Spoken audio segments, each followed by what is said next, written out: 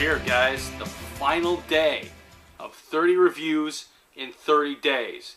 Today, as promised, I will be reviewing what I believe to be the worst video game of all time. Now, let me go ahead and just say a couple of things before I start this review. One is that I think it's really easy to play some of the games that are referred to as the worst games out there, such as E.T., Superman 64, Action 52, all those. It's easy to play something like that for 15 minutes to a half an hour and call it the worst game in the world. It takes a little more dedication to play a game for many hours to actually figure out that it is in fact the worst game of all time. That's exactly what I've done.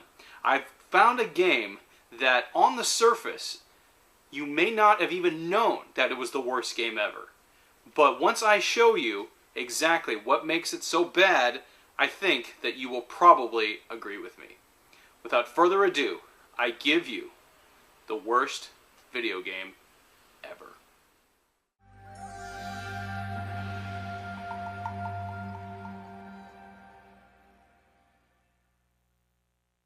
Xiaolin Showdown for the PS2 is based on a cartoon that used to run on the WB.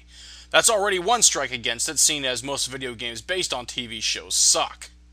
The plot here is that there are 4 Xiaolin warriors that have been assembled from around the world that go around trying to find these items called Shenggong Wu that give you certain powers.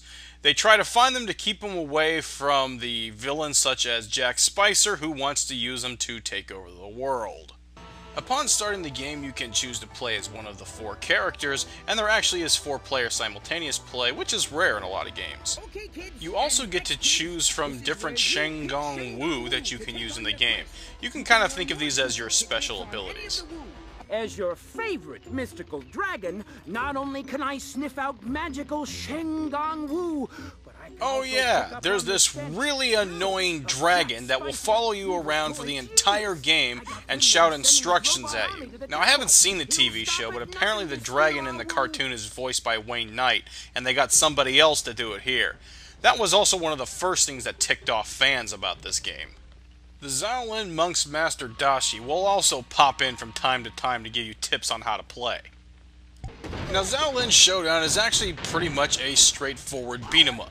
You really just use the square button to attack, and you can also add in the triangle to add one of their signature moves. The circle activates your Shenggong Wu, but it ends up being one of the most annoying features in the game, and here's why. Now, you have no choice but to play this game side by side with the other characters. But the thing that sucks is that you can all injure each other with your attacks. So when your teammates use their Shenggong Wu abilities, it affects you as well. This becomes extremely annoying, as most of the Shenggong Wu abilities will render you immobile for a certain period of time. Another annoying thing about your teammates is that they steal items from you. Now, you need coins to buy other Shenggong Wu in the game, but when coins come out, they steal them right from you. What bastards!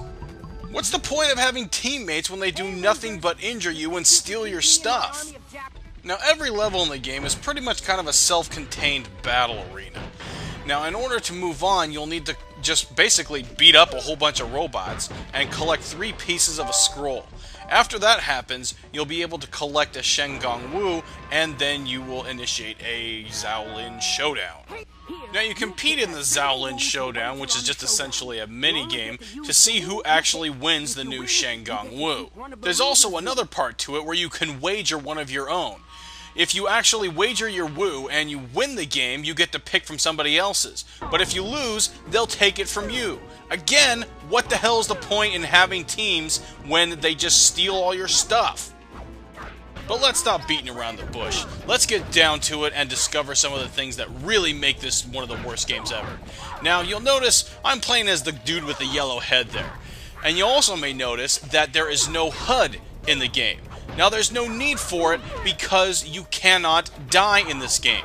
Yes, that is right. You cannot die. You'll notice that I am taking a pounding but am not dying. The worst thing that can happen to you is you'll just get knocked out for a couple of seconds, but then you'll just come right back. That means that there is absolutely zero challenge in Shaolin Showdown. Zero. If you have no penalty, if there's no death, there's no challenge, no obstacles for you to overcome. Now this just makes me extremely pissed. I mean, honestly, what the hell were the developers at Bottle Rocket thinking when they came up with that concept? I mean, who is this game for? What kind of idiot kids can't even handle dying? When I was 4 years old, I had my own Atari 2600 and could play games like Pac-Man, Pitfall, and Missile Command. I could die like many times but keep playing again. You can't die? I just don't get that. This is also one of the most tedious games I've ever played, as you do nothing but destroy the same enemies over and over, level after level. They may introduce one small function per level, but it's still the same exact enemies. It is so boring. Now some of you out there are saying, whoa, Swag, hold up. You still haven't given me a reason of why this is the worst video game ever. Well, I actually have, but you probably just haven't figured it out yet. I'll tell you what, let's do some math and I'll show it to you. Alright, so we already know that you're fighting alongside 3 other people. Now add to that the fact that you are in an enclosed battle arena.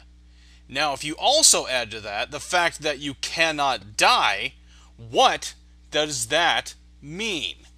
In case you haven't figured it out, it means that you don't actually have to do anything. Look, if you have other people fighting for you, if all the enemies come to you, and if they can't injure you, then there's nothing to do in the game. In fact, the only thing that there is that you have to do in each level is move your character around to collect the 3 pieces of the scrolls.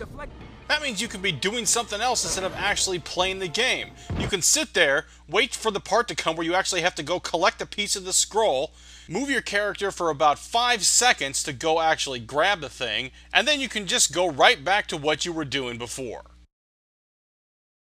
To see just how pathetic this really is, I'm going to go ahead and show you a boss battle. Now go ahead and keep your eye on the little dude with the yellow round head, and I'm going to speed this up about 5 times. Now there actually is a HUD for the boss battles, as you can see on the left there, because it shows you how much health the boss has left. But you'll notice that his life keeps going down, yet I have not moved.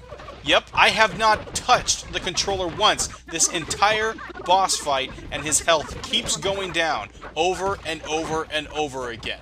You see what I mean by saying that you don't actually have to do anything? You can literally go through every level of the game in this fashion. All you have to do is either press the X button to get rid of the tip message when it comes up, move the character to find the scroll, and that's it. Look, E.T. on the Atari 2600 is generally considered the worst game of all time. But think about it. If you just sit there with E.T., is Elliot gonna come, do all the work, and find all the pieces for you? I don't think so. Now usually the knee-jerk reaction to bad video games is to destroy them. Burn it, shred it, blow it up with a stick of dynamite. But honestly, there's nothing I could possibly think of that is befitting of what this game deserves. Actually, no. There was one thing that I could think of that this game deserves, and that is its own award. That's right, guys. I have officially created the Shaolin Showdown Award. Movies have the Razzies, we've got the Z-Shows. From now on, whenever I review a bad game, I mean a really bad game, an exceptionally shitty game, the name's going right up here for everyone to know. So there you have it, guys. We've come to the end of 30 reviews in 30 days. I'd like to thank all of you guys who have been watching my videos throughout this and who've been supporting me every single day, giving me encouragement. However, it's not 100% over. This weekend, I will be posting my video journal that I have been making throughout this process, so you guys will be able to see kind of some behind-the-scenes stuff, and I'll explain what's been going on in some of the making of these videos. Thank you, and good night. It's the end of the world.